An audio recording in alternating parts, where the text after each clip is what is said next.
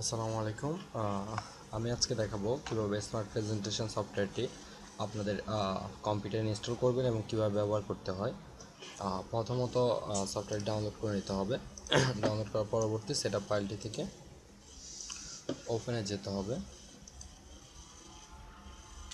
Open হওয়ার পরবর্তীতে next step licence and agreement accept করতে হবে। Next next next next okay, কতটুকু স্পেস নেবে একটু অপেক্ষা করতে হবে।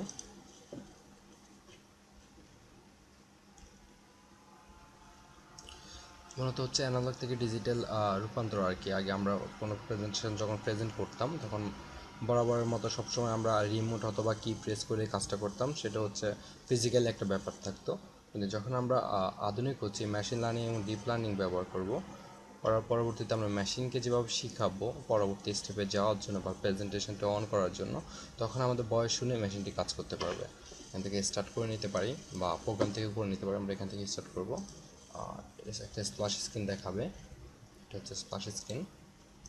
ব্যাকগ্রাউন্ডের কারণে প্রোগ্রামটি লোড হচ্ছে।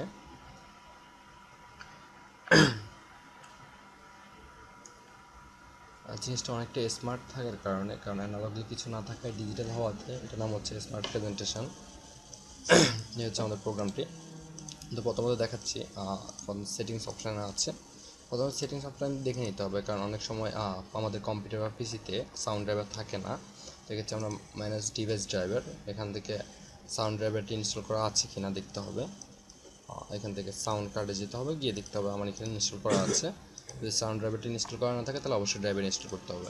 নেক্সট স্টেপ হচ্ছে, অনেক পিসি বা কম্পিউটার কিন্তু ফিক্সড যে থাকে, যে মাইক্রোফোনটা থাকে সেটা থাকে না।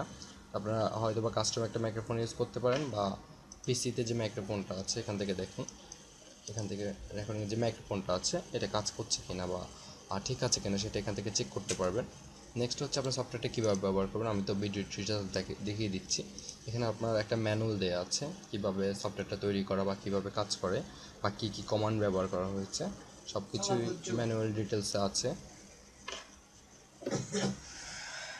এখান থেকে স্মার্ট প্রেজেন্টেশন নিচে গেলে রিকোয়ারমেন্ট সহ সিস্টেম রিকোয়ারমেন্ট আছে, hardware requirement, commands, developer information and হচ্ছে সফটওয়্যার ইনফরমেশন। ওকে, সফটওয়্যারটা ফুললি ফ্রি করা। আর নেক্সট হচ্ছে ডেভেলপার ইনফরমেশন, এটা তো হচ্ছে ক্লিক ফর ডেভেলপার ইনফরমেশন। সব কিছুই কিওয়ার্ড সহ এখানে একটা লেখা দেখিয়ে দিচ্ছে কী আছে। এখান থেকে হচ্ছে ডেভেলপার, ফেসবুক, ওয়েব ব্রাউজ সব করা যাবে। এখন দেখাবো কীভাবে সফটওয়্যারটা কাজ করে। প্রথমত সফটওয়্যারকে অন করতে হলে স্টার্টে ক্লিক করতে হবে। Start, open Microsoft power point. Sure. Opening Microsoft PowerPoint.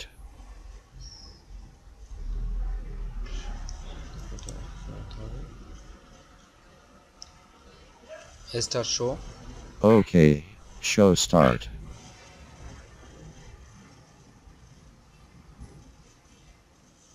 Next slide.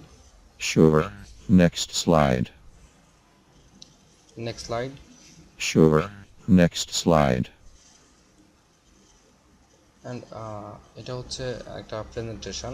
যখন আমি নেক্সট স্লাইড বলছি এটা কাজ করছে। Next slide, next slide. Sure. Next slide. And প্রিভিয়াসও করা যাবে। Previous slide, Sure. Previous slide. Previous slide. Sure. Previous slide. Next slide, Sure. Next slide. Next slide. Sure. Next slide. Next slide. Sure. Next slide.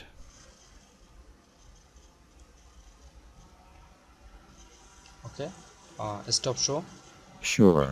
Show stopped. Close Microsoft PowerPoint. Microsoft PowerPoint closed. Okay, তো এটা হচ্ছে Sure. কাজ করে সব Show stopped. এভাবেই কাজ করে। আর হচ্ছে যাদের মাইক্রোফোন থাকে না, ব্যাটারি ইউজ করার জন্য মাইক্রোফোন অথবা হেডফোন প্লাগ ইন করে নিতে পারেন। আর সেটা হচ্ছে পিসির জন্য অনেকটা ভালো হয়। এখান থেকে মিনিমাইজ করা যাবে, চাইলে ম্যাক্সিমাইজ করা যাবে। ম্যাক্সিমাইজ করার অপশন নাই, এখান থেকে নো দিলে পার কাটা যাবে। ইয়েস, ওকে।